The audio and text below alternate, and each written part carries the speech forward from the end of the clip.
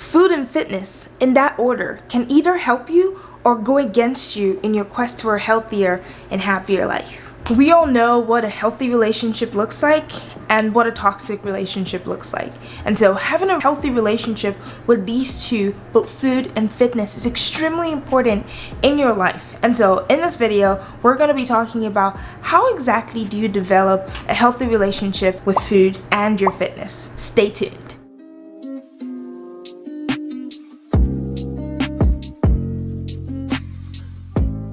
Now, we've probably heard this before. If you want to be healthy, you gotta, eat healthy, you gotta exercise, and things like that.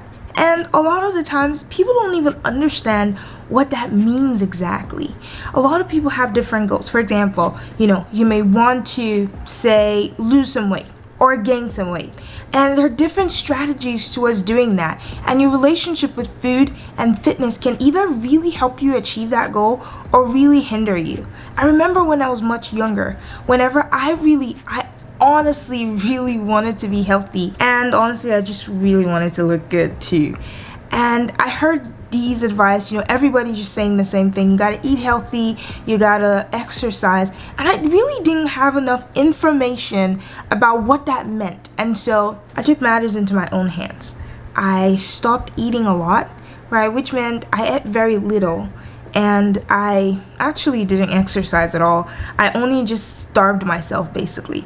And that didn't really do any good for me. While food and fitness is really good for you, not understanding what exactly the strategy you want to apply can really have a detrimental effect in your relationship with food. And so let's begin with how exactly do you have a good relationship with food?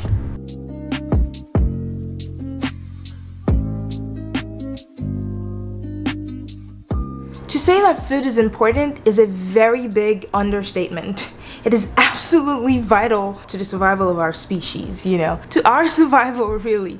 Imagine going 2 weeks without any food at all, right? You probably won't be able to, because by that time you probably will be very incapacitated. Anyway, the whole point is food is very important. It is one of the fuels that keeps us moving. Now, a lot of people tend to overdo it. You know what they say, let all things be done in moderation. Even with eating as well, we don't want to eat too much, neither do we want to eat too little. A lot of the times when we feel hungry, it's really because our bodies are just in need of some nutrients.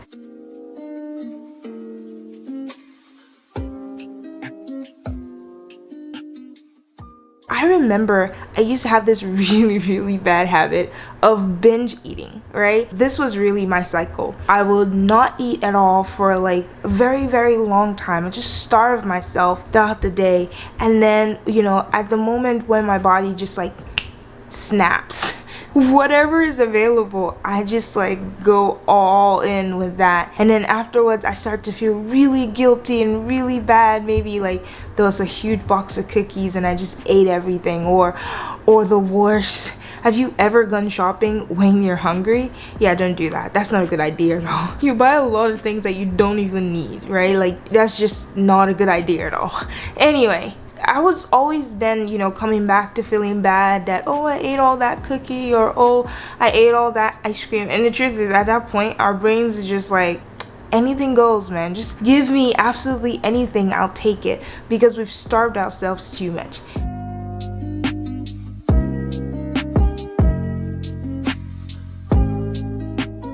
And same goes for the other way around. I love food, I really do, but you don't want to overdo it, right? What usually causes us to overeat is, when we starve ourselves too much. And so, having said that, how exactly do we solve this problem? First things first, to stop overeating, right?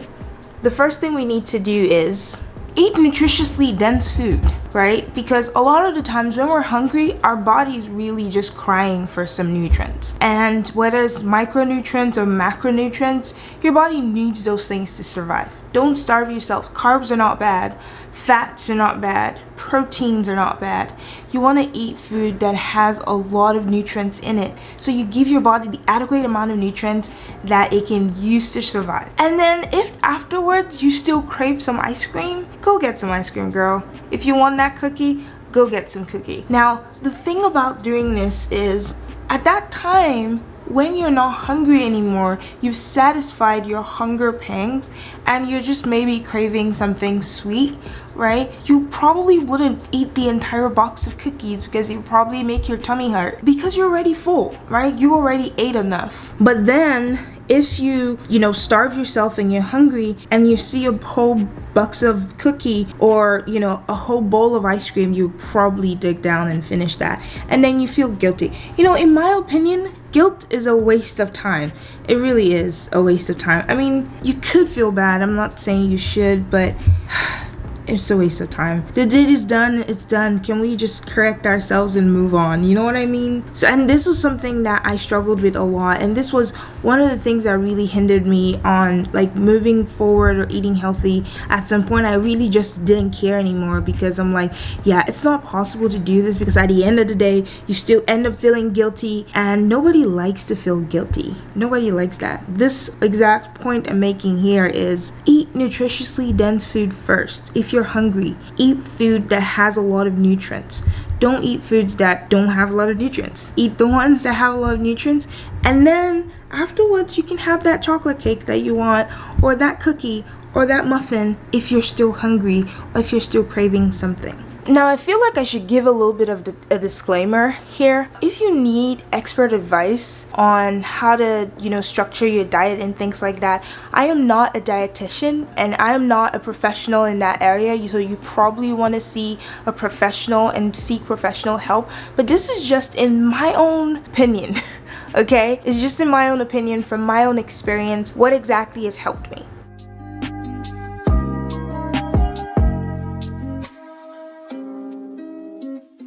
One of the things that has helped me so much is not having junk food around. And what do I mean by junk food? Junk food simply means food that does not have enough nutritional value in them. If it's something that you enjoy eating as dessert or something like that, go for it, right? But if you struggle, if you sincerely are struggling with staying away, like for example, just in plain transparency here, I struggle with ice cream. I honestly cannot have ice cream in my house for more than 2 days. 3 if I'm a little bit disciplined, because it just has a way of finishing. I just like get down in the bowl and it is out of the house before you know it. And then once it's out, I'm like, well, I guess that's done now. We're not craving any ice cream anymore. But the thing is, I don't like to deprive myself of anything that I want. So if I have the ice cream in my house, I'll probably desire it more. But if I don't have it and I'm craving it, I'll probably go get some. I don't want to put my brain in a deprivation mode. I really love to listen to my body, right? That's one thing that I really love to do. Listen to my body, understand what it wants, and just kind of give it what it wants, because you only got one body and you want that body to serve you for a long time. So that's one thing I really don't like to do. I don't like to starve myself at all. I don't like to deprive myself of what my body wants. Now, if you, for religious reasons or for other reasons, you're doing some kind of fasting, that's entirely different, right? What I'm speaking of is just like purposely just putting your body, in a position where it's just constantly deprived. That usually doesn't end up well for me, and so I tend to not do that. I really tend to listen to my body, think about what do I feel like eating today, and just go for it.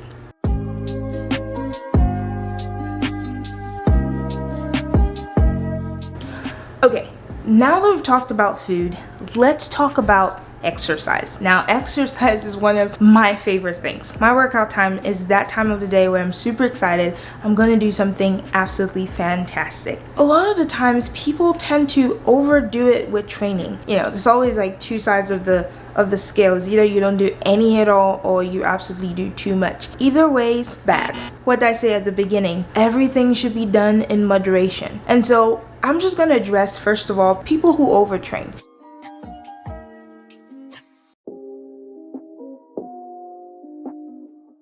Alright, I know that a lot of us, we have a lot of goals towards our training. Like, for example, for me, my goal is to be stronger. I want to be able to be stronger, just feel stronger, know that I can do things that I didn't used to be able to do before. I'm really working towards my pull-ups. Yeah, I'm really working towards. I think I can do one just unassisted right now, so I'm super excited about that. So in terms of training, you know, people have different goals. Maybe you want to lose weight or gain weight or be more flexible or whatever it is, right? And honestly, exercise is a way of life, right? You're gonna do it for a very, very long time. Results are not gonna show up just like that. And so you wanna take it easy, right? Give yourself some days of rest. This is specifically for people who overtrain, okay? So if you don't train at all, just close your ears for this part. You know, just do that for this part, okay? So your results are not gonna show up just like that, right? It does take some time. It takes about at least a couple months before you start to see any results, okay? You don't want results to just show too quickly because your body doesn't like that drastic amount of change. It's not healthy for your body. So it does take some time for your body to adjust, for your body to actually start to show you differences based on your training. And so you want to take it easy, okay? Don't overstress your body. It will start to fight you, right? And you won't see any result. Have you ever heard of the term weight loss plateau? Maybe that will probably be my next video. How to overcome weight loss plateau. I can't speak English. Anyway, if you want me to do a video on that, you can just leave me a comment and I'll do a video on that. But a lot of the times we hit that plateau with our fitness journey because we're doing too much. We're not giving our body the adequate amount of rest. That rest time is very essential to the building of the muscle or the losing of the weight, whatever the goal is, right? So give yourself a couple days of rest. Don't overdo it with the training. Let your body relax. Ensure that you're enjoying your training, right? If you don't like to lift weights, don't lift weights. If you don't like to do cardio, don't do too much cardio, right? Do everything in moderation. Do what you enjoy doing so it's sustainable. Okay? Cool? Are we good? All right.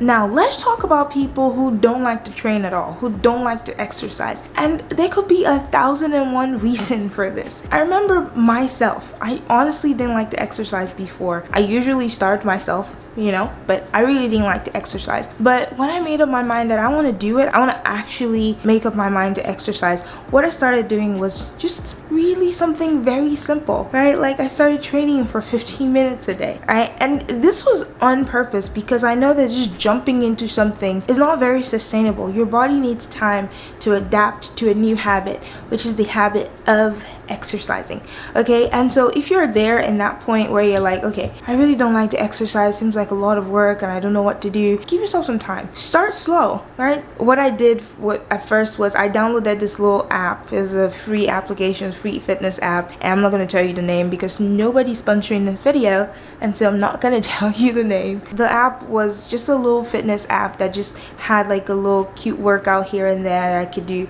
for like 15 minutes, and that's what I did for like the longest time. And then eventually I found friends who were also interested in being fit, and I started going with them to the gym, and they taught me what to do in the gym and things like that, and that was really, really helpful. By the way, if you want me to make a video on how to use the gym, like just a basic gym 101 tour, how to use equipment in the gym and things like that, just leave me a comment below so that I can know that's what you're interested in. Okay, so back to the topic. I totally forgot. I totally lost my train of thought. So I remember my friends and I would go to the gym, would work out together, and that's how I started enjoying my workouts. I found workouts that made me feel empowered, and that's exactly exactly what I went for, okay? And I want you to do the same, right? And as a matter of fact, there was a time where I took this really long break, and you know, like that moment where you miss your gym time and you start to feel guilty. Let me just say this again.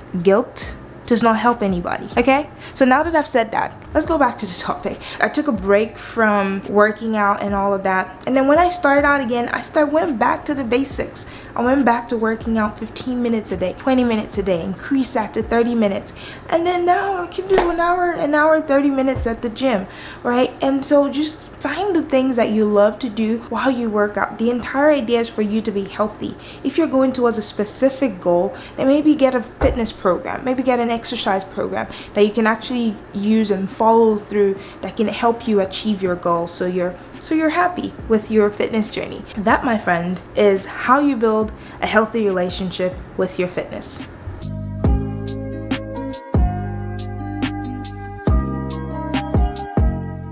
And so my last point is really this. Food and fitness, they're your friends. They're here to help you, and you want to find ways for them to help you, right? And so there's no such thing as good food or bad food, right? There's just food that you should eat less of and food that you should eat more of. Just like friends, you know? They're just friends that you should spend more time with, and friends that you should spend very, very minimal time with. And the same with fitness, right? There's no good or bad workout, right? There are workouts that you enjoy and you love to do, and don't tell me sitting on the couch is a workout that you love to do. Don't tell me that, girl, because I've heard it. I know I used to say that. So that's not a workout. Don't tell me watching workout videos is a workout for you, because it's not. I know it's not. Okay, I want you to challenge yourself a little bit. There's no pressure at all, right? Enjoy your fitness journey, enjoy your workout, find something that you love to do, right? When it comes to fitness, right? If you have a specific goal, say you want to build muscle, then you know the kinds of exercises that you want to do to help you build muscle. And if they're the kind of exercises that you love, that's absolutely great. So find something that you love to do and do it. Start slow and build up to it. And then lastly, I know I said that was my last point, but the very last thing is have a community. Find friends, invite people in your workout journey, in your fitness journey, people who would push you, who would motivate you, because that's what community is there for. Thank you so much for watching this video till the end. If you like this video, don't forget to give me a thumbs up and hit the subscribe button down below. Leave me a comment if you like this video, and if you want me to create, just give me ideas on what kind of videos you want to see, what kind of content do you think will help you in your fitness journey as well. And I will see you in our next video next week. Bye bye.